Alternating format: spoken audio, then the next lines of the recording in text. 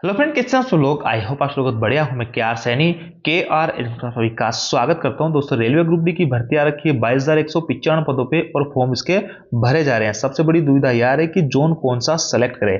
इसकी रिगार्डिंग आपने काफी सारे वीडियो यूट्यूब पे ऑलरेडी देखे होंगे। कोई कह रहा है कि ये आपके 5 जोन सेफ है, कोई कह रहा है कि ये आपके 5 जोन डेंजर है। तो देखिए, मैं आपको स्पष्ट शब्दों में कहना चाहूंगा कि ना कोई सेफ जोन है और ना कोई डेंजर जोन है। यहाँ पे जो आप यूट्यूब पे जिनका वीडियो देखा उनका पिछले जो भर्तियां हैं उनकी भविष्यवाणी देख लीजिएगा।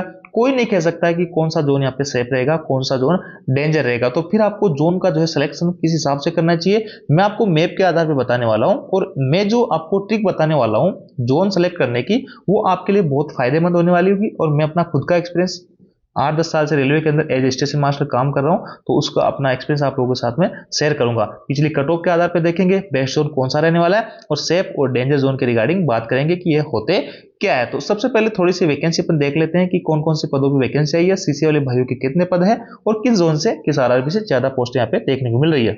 देखिए दोस्तों, यहाँ पे 11 टाइप के आपके पास में पोस्ट हैं और नो डाउट सबसे ज्यादा जो वैकेंसी है ट्रैक मेंटेनर ग्रेड 4 की है। कोई सा भी आप आरआरबी चुन लीजिएगा, कोई से भी आप पोस्ट प्रेफरेंस डाल लीजिएगा, आपको ये पोस्ट 50% भाइयों को ये पोस्ट लगभग मिलने वाली है। अब देखिए, फॉर्म आप लगा रहे हो तो सबसे बड़ी चीज तो आपकी है कि सबसे पहला काम आपको सही आरआरबी चुनना है।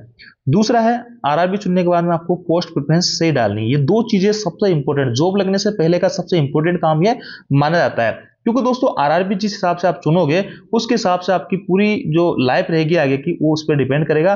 दूसरा, जो पोस्ट आप चुनोगे उसमें आपके प्रमोशन के क्या एस्पेक्ट रहेंगे, कौन सी पोस्ट आपने चुनी, सही पोस्ट चुनी या नहीं चुनी। क्योंकि पिछले जैसे कि मैं काफी सारे भाइयों का देखता हूं कि वो ई मित्र वाले के भरोसे अपना फॉर्म छोड़ देते हैं और ई मित्र वाले को नहीं पता होता, वो रेंडमली कोई सी भी पोस्ट ऊपर नीचे डाल देता है। और यहाँ पे जैसे कि ट्रैक मेंटेनर की पोस्ट आपने मान लो 1 नंबर पे डाली, अब भले ही आपने उस जोन से फर्स्ट रैंक लाई हो, लेकिन आपको यही पोस्ट आपको मिलेगी। तो पोस्ट का जो अलॉटमेंट होता है वो आपके पोस्ट प्रेफरेंस के अकॉर्डिंग होता है, जिस हिसाब से आपने पोस्ट चुनी है उसी के अकॉर्डिंग। तो यहाँ पे ट्रैक मेंटेनर पोस्ट आपको अलॉटमेंट हो जाता है, जो कि आपको और दूसरी पोस्टें भी मिल सकती थी। काफी अच्छी अच्छी पोस्टें यहाँ पे हैं। तो ऐसे में पोस्ट प्रेफरेंस के रिगार्डिंग मैं ऑलरेडी वीडियो बना चुका हूं, आप जाके देख सकते हैं। उसमें हर पोस्ट के बारे में डिटेल से आपको जानकारी मिलेगी, जो प्रोफाइल, प्रमोशन, सैलरी। फिर भी आपके मन में किसी टाइप का डाउट रहे तो आप हमें कमेंट करके पूछ सकते हैं। तो अब आरआरबी के बारे में बात करेंगे, आरआरबी किस हिसाब से सेलेक्ट करना चाहिए। तो देखिए, वैकेंसी मैं आपको बताता हूँ। सीसी वाले भाइयों के लिए यहाँ पे वैकेंसी रहने वाली है 20% का रिजर्वेशन का रहता है। तो ये टॉप 5 जोन यहाँ पे रहने वाले हैं जहाँ पे वैकेंसी ज्यादा है और सबसे कम यहाँ पे वैकेंसी। आप कई सारे यूट्यूब चैनल पे देखे होंगे, कई सारे कह रहे हैं कि जहाँ पे ज्यादा वैकेंसी है वहां से फॉर्म भर दो, कहीं कह रहे हैं कि ना ज्यादा वाला ना कम वाला, बीच वाले से आप जो फॉर्म भर दो वहां की कट ऑफ डाउन रहेगी। तो ऐसा कुछ भी नहीं है दोस्तों, ऐसा किसी के भी बहकावे ना आए, अन्यथा आपकी लाइफ जो है बर्बाद एक तरीके से हो सकती है। अगर आपने आज गलती से मान लो साउथ का कोई जो है एरिया आपने चुन लिया, साउथ से आपने फॉर्म लगा दिया, आपका सिलेक्शन भी हो जाता है, तो वहां पे आपको लैंग्वेज की समस्या रहेगी, खाने पीने की समस्या रहेगी, फैमिली को रखने की समस्या रहेगी, आने जाने की समस्या रहेगी। रेलवे के अंदर इतनी छुट्टियां नहीं मिलती है कि आप जो है अपना पारिवारिक जो दायित्व हो वो निभा सको। तो ऐसे में सोच समझ के आपको फॉर्म लगाना है। कट ऑफ का मैं आपको पहले ही क्लियर कर देता हूं, कोई नहीं कह सकता कि कहां की कट ऑफ कम रहेगी, कहां की डेंजर रहेगी। फॉर एग्जाम्पल मैं बताता हूं कि 2018 की ग्रुप डी की मैं बात करूं, गुवाहाटी की कट ऑफ सबसे डाउन गई थी और 2019 के अंदर वहां पे जो भर्ती आई थी उसमें काफी सारे दोस्तों ने गुवाहाटी लगा दी, क्योंकि वो जो है पिछली भर्ती में सेफ जोन था, काफी कम कट ऑफ रही थी। और 2019 के अंदर वहां की कट ऑफ सबसे हाई देखने को मिली थी। और जैसे कि यहाँ पे अभी 2024 वाली भर्तियों में आप देख लीजिएगा, जो आपका एनआर है, चंडीगढ़ से लोग फॉर्म नहीं लगाते हैं, डरते हैं कि यहाँ की कट ऑफ हाई जाती है। अजमेर से फॉर्म लगाते हैं, डरते हैं कट ऑफ हाई जाती है।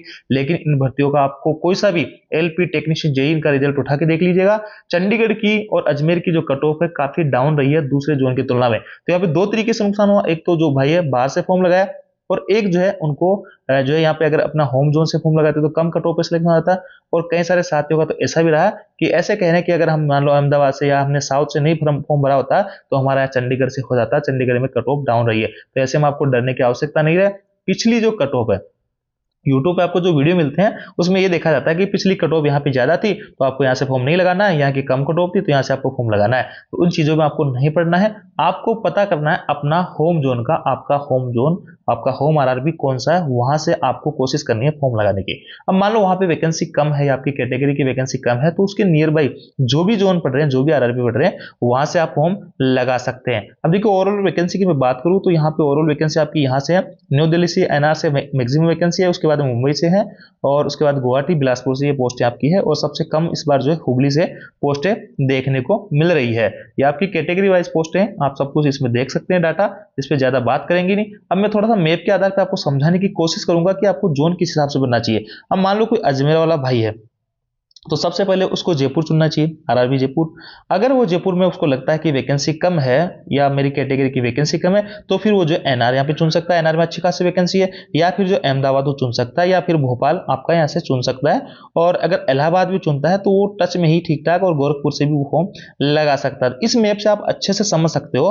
अब कोई भाई है मान लो अजमेर वाला, और वो फॉर्म लगा रहा है यहाँ गुवाहाटी से, आप अजमेर और गुवाहाटी की डिस्टेंस देख सकते हैं। कोई अजमेर वाला भाई लगा रहा है बेंगलोर से, तो इसकी डिस्टेंस आप देख सकते हैं। जबकि कट ऑफ आपका मैं आपको दिखाऊंगा भी, पिछली 2024 की लेटेस्ट भर्तियों की कट ऑफ में आपको दिखाऊंगा, आपको खुद को अंदाजा हो जाएगा कि यहाँ पे सेफ जोन डेंजर जोन कुछ नहीं है। सेफ वाले डेंजर बन जाते हैं, डेंजर वाले सेफ बन जाते हैं, कोई नहीं कह सकता। आपको कोशिश करनी है अपने होम जोन में फॉर्म लगाने की, होम आरआरबी चुनने की, या फिर अपने होम आरआरबी के पास के जो आरआरबी है, जो आपको उचित लगे कि यहाँ पे वैकेंसी मेरी कैटेगरी की ठीक ठाक है, तो उस हिसाब से आप यहाँ पे फॉर्म लगा सकते हैं। बहुत इंपॉर्टेंट बात है दोस्तों, मैं अपना खुद का एक्सपीरियंस आप लोगों के साथ में शेयर कर रहा हूँ। जो भाई ऑलरेडी साउथ में जॉब कर रहे हैं ग्रुप डी की, वो दोबारा अपने यहाँ पे फॉर्म लगा रहे हैं, दोबारा मेहनत कर रहे हैं अपने खुद के होम जोन में आने के लिए। तो ऐसी आपको दोबारा से मेहनत नहीं करनी पड़े, एक ही बार आप मेहनत कर लीजिएगा, ताकि आपको अपने होम जोन में या अपने होम जोन के आसपास में यहाँ पे पोस्टिंग मिल सके। बाकी ट्रांसफर की जो पॉलिसीज है रेलवे के अंदर काफी डिफिकल्ट है। ऑन रिक्वेस्ट तो इंटर रेलवे भूल ही जाओ आप ट्रांसफर, और स्पाउस बेस पे भी आजकल 4-4 5-5 साल तक जो है रिलीव नहीं कर रहे हैं। एक इस म्यूचुअल ट्रांसफर जो है वो भले ही थोड़ा सा इजी वे में हो जाता है, लेकिन म्यूचुअल आपको मिलना मुश्किल रहेगा। तो इस मैप को मैं टेलीग्राम ग्रुप में भेज दूंगा। आप जहां के हैं उस जोन से फॉर्म भरो, उस जोन से नहीं भर रहे हो तो उस जोन के नियर बाय जोन से फॉर्म भरो, ताकि आपकी लाइफ स्मूथली यहाँ पे कट सके, आप अपना जो पारिवारिक दायित्व है वो निभा सको। मान लो कोई भाई है, एक ही लड़का है यहाँ पे और अजमेर का है, और वो गुवाहाटी से फॉर्म लगा दिया उसने, अब वो अपनी परिवार को कैसे मेंटेन यहाँ पे करेगा, हो ही नहीं सकता। तो ऐसे में आप बाद में, अभी बेरोजगार हो, मानता हूं परेशानी आपकी, लेकिन बाद में आप रोजगार लगे भी आप ज्यादा परेशान यहाँ पे होने वाले हो, अगर आपने अपने होम जोन या होम जोन के नियर अगर आपने फॉर्म नहीं डाला तो।